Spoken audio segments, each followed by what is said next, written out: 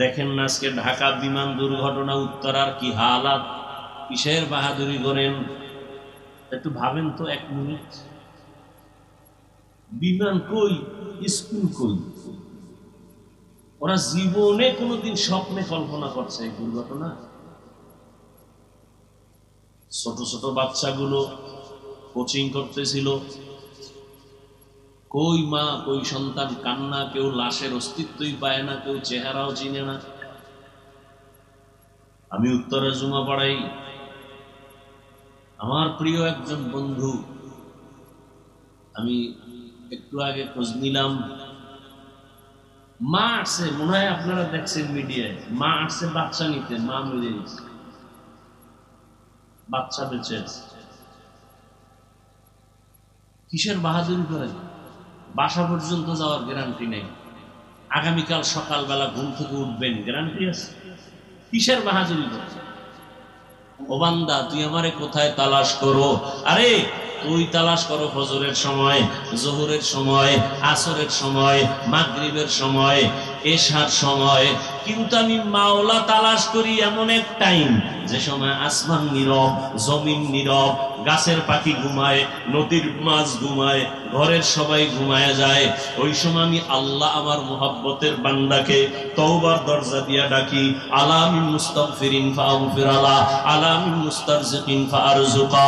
এ গুনাহগারেরা, 50 বছর লাগায় গুনাহ করেছো, বিশাল এক পাহাড় বানাইছো, গুনাহের পাহাড়, হাতের গুনাহ, জবানের গুনাহ, অন্তরের গুনাহ, কানের গুনাহ, চোখের গুনাহ। আল্লাহ বলে, বান্দা তুই যদি বড় রাত্রে ওযু বানাইয়া মুহাব্বতের নজরে একটা ডাক দাও, আল্লাহুম্মা গফিরলি যুনুবি, আমি 50 বছরের গুনাহ তোর এক ডাকে মাফ করে দিব। আমি কতটা মায়া লইয়া বসে আছি। সন্তান যখন চোখের পানি ছাড়িয়া মাকে বলে, আম্মু আর অন্যায় করব না, মা তখন বলে, তোরে মাফ করে দিলাম। সন্তানের কান্নায় যদি মা বাবার অন্তরে মায়া বাড়ে, আমার মাওলার কুদরতি অন্তরে কেন বান্দার প্রতি মায়া বাড়বে না? এক আল্লাহর বান্দা জীবন ভর শুধু গুনাহ গুনাহ করিয়া জীবনটা নষ্ট করে ফেলেছে। জীবনের শেষ ভাগে আইসা চিন্তায় পড়ে গেল, আরে এলাকার সবাই তোমার পেছনে খারাপ বলে, আমি মরিয়া গেলে তো গেলাম, কিন্তু আমার সন্তানের উপর অভিশাপ আসবে। এলাকার মানুষ আমার সন্তানরে ভালো জানবে না, আমার স্ত্রীকে ভালো জানবে না, না এই অভিশাপ নিয়ে কবরে যাব না। চিন্তা কইরা ঘুমের বিছানার থেকে ঘুম আসে না। হঠাৎ মন খারাপ হয়ে গেল, ফজরের আজান হয়ে গেল। মসজিদে গিয়া ইমাম সাহেবকে বলি, ইমাম সাহেব আমি বড় খারাপ মানুষ, আপনারা জানেন সবাই, এখন আমার ভালো হওয়ার চিন্তা, আমি জীবনে কত মানুষের কল্লা ফালাইয়া দিলাম, মায়ের কোল খালি করলাম, এখন এই অভিশাপ নিয়ে কবরে যেতে চাই না। মানুষ আমার সন্তানরে খারাপ বলবে, আমার আত্মীয় স্বজনকে খারাপ বলবে আমার কারণে। এবার ইমাম সাহেব বলে, আপনাকে পরামর্শ দিলাম, গভীর রাতে সব দরজা যখন বন্ধ, রহমতের দরজা খোলা, আপনি একটু আল্লাহর কাছে তওবার নিয়তে কান্না করবেন। আল্লাহর বান্দা পরামর্শ পাইয়া রাতের বেলা ঘরে চলে গেল, ঘুমায় না, ওযু বানাইয়া ঘরের অন্ধকার রুমের ভিতরে ভোর রাত্রে কান্না শুরু করেছে, ও আল্লাহ তুমি আমারে মাফ করে দাও, তোমার দেওয়া সূর্যের আলো আমি ভোগ করেছি কিন্তু তোমার শুকর আদায় করি নাই, তোমার দেওয়া বাতাস ভোগ করেছি তোমার শুকর আদায় করি নাই, তোমার দেওয়া নদীর মাছ খাইছি শুকর আদায় করি নাই, তোমার দেওয়া জমিনের ফসল খেয়েছি তোমার শুকর আদায় করি নাই। আজকে অনেক অনুতপ্ত হয়ে আসছি, আর গুনাহ করব না, হাতের গুনাহ করব না, জবানের গুনাহ করব না। আল্লাহর বান্দা এমন কান্না শুরু করেছে, গাইবি একটা আওয়াজ আসতেছে, গাইবি এক আওয়াজ, এই বান্দা কান্না করিস না, তোর নাম জাহান্নামীদের খাতায় লেখা, তুই কান্না করে লাভ নাই। আওয়াজটা কেমন যেন ঘরের সবাই শুনছে। বিবি এক সময় ডাক দিয়া কয়, ও স্বামী তুমি আওয়াজ শুনো নাই? তোমার নাম জাহান্নামীদের খাতায়, কান্না করে লাভ কি? স্ত্রীর এই কথা শুনিয়া গুনাহগার বান্দা বলে, বিবি বলো এই দরজা ছাড়া আর নতুন কোন দরওয়াজা আছে নাকি যেখানে গিয়া কান্না করলে ক্ষমা পাবো? স্ত্রী বলে, না আর কোন দরওয়াজা নাই। আল্লাহর বান্দা বলে, বিবি আমার এই দরজা ছাড়া যদি আর কোন দরওয়াজা না থাকে, আমার কাজ হলো কান্না করা। জীবনে তো গুনাহ কম করি নাই, আড্ডা কম দেই নাই, এখন শুধু কান্নাই করে যাব। জাহান্নামের খাতায় নাম লেখা থাকলে থাক, কান্না বন্ধ করব না।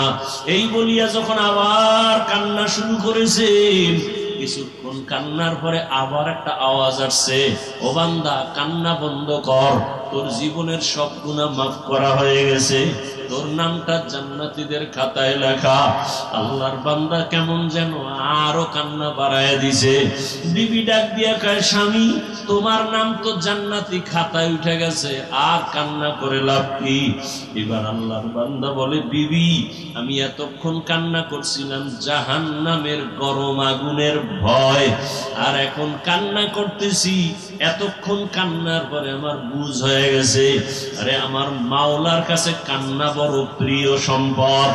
এই জন্য আমি মাওলার মহাব্বত আরো যেন বেড়ে যায়, এই মহাব্বতে এখন কান্না করি। এতক্ষণ জাহান্নামের আযাবের ভয়ে কান্না করেছি, এখন আল্লাহর মহাব্বতের জন্য কান্না করি। যত কানবো তত মহাব্বত বাড়বে। বাচ্চা মা মা কয়ে যত কান্না করে, প্রথমে বাচ্চা আম্মু কয়ে ডাকে, মা সাড়া দেয় না, শুনে তারপরও ডাকের সাড়া দেয় না। কেন? বাচ্চা যত বারবার ডাকবে তত মায়ের অন্তরে মায়া বাড়বে। বাচ্চা যত কান্নার আওয়াজ বাড়াবে মায়ের অন্তরে তত মায়া বাড়বে। মা চায় বাচ্চা বেশি বেশি কাঁদুক, আমারে ডাকুক।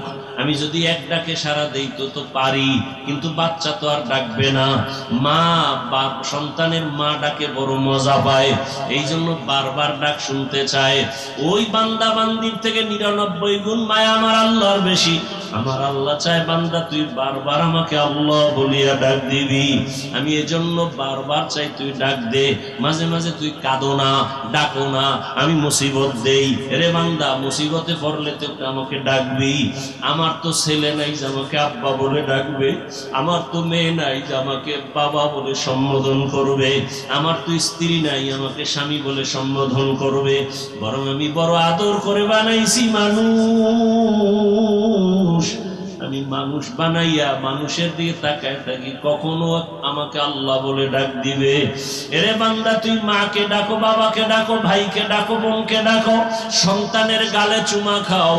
এরে বান্দা সন্তানের চেহারা সুন্দর তো বানাইছি আমি, স্ত্রীকে নিয়ে কত মজা করো, ওই মজা তো দিলাম আমি। এত কিছু পাই আজকে তুই আমারে ভুলিয়ে গেছো। ওরে একবার যদি কলিজা দিয়ে আল্লাহ বলে ডাক দিয়া বলতি, দয়ার মালিক জীবনে নাফরমানি করিয়া জীবন নষ্ট করেছি, আর গুনাহ করব না, আমি আল্লাহ তোর জীবনের সব গুনাহগুলো মাফ করে দিতাম। বান্দা গুনাহ করছো, তওবা করো। ও যুবক বাবারা, ও পর্দার আড়ালের মা বোনেরা, আপনার মতো মা পর্দা করে, নামাজ পড়ে, স্বামীর মাল হেফাজত করে, সন্তানটাকে আদর্শওয়ালা বানানোর মেহনত করে। ডাক্তার বানাবেন, কোরআন পড়নেওয়ালা বানান। ইঞ্জিনিয়ার বানাবেন, কোরআন পড়ায়া দেন। সন্তান ডাক্তার হলো কোরআন পড়ে দোয়া করবে, ইঞ্জিনিয়ার হলো কোরআন পড়ে দোয়া করবে, প্রফেসর হলো কোরআন পড়ে পড়ে মা বাবার জন্য দোয়া করবে। আল্লাহর কাছে কান্না করে দোয়া করেন, আল্লাহ আদরওয়ালা বিনয়ী আদর্শবান সন্তানের মা বানাও, বাবা বানাও। মুরব্বীরাও তওবা করেন, যুবক বাবারাও তওবা করো। আর জীবনে নামাজ ছাড়বা না, দাড়ি কাটবা না, বেপরদায় চলবা না, মা বাবার সাথে বেয়াদবি করবা না। রুহের জগতের জন্য রাসূল রহমত, দুনিয়ার জগতের জন্য রাসূল রহমত, কবর জগতের জন্য রাসূল রহমত, হাসরের মাঠে রাসূল রহমত, জান্নাতের ভেতরে রাসূল রহমত, জাহান্নামের জগতের ভেতরে রাসূল রহমত। জান্নাতের জন্য রহমত, জাহান্নামের জন্য রাসূল রহমত, এটা কেমন কথা? বুঝার জন্য সময় দিতে হবে, সময় লাগবে, যদিও আজ পারবো না। আমি শুধু এক জগতের জন্য 10-15 মিনিট কথা বলবো, শুধু দুনিয়ার জগতে, তাও এক সাইড নিয়ে। শুধু দুনিয়ার জগতের জন্য রাসূল কি রহমত? রাসূল দুনিয়ার জগতে নারীদের জন্য আলাদা রহমত, দুনিয়ার জগতে রাসূল পুরুষের জন্য আলাদা রহমত, দুনিয়ার জগতে রাসূল শিশুদের জন্য আলাদা রহমত, দুনিয়ার জগতে রসুল মুমিনের জন্য আলাদা রহমত, দুনিয়ার জগতে রসুল বেঈমানের জন্য আলাদা রহমত, দুনিয়ার জগতে রসুল পশু পাখির জন্য আলাদা রহমত, দুনিয়ার জগতে রসুল জঙ্গলের প্রাণীদের জন্য, উড়ন্ত পাখিদের জন্য, সমুদ্রের প্রাণীর জন্য নবী রহমত। সব আলাদা আলাদা।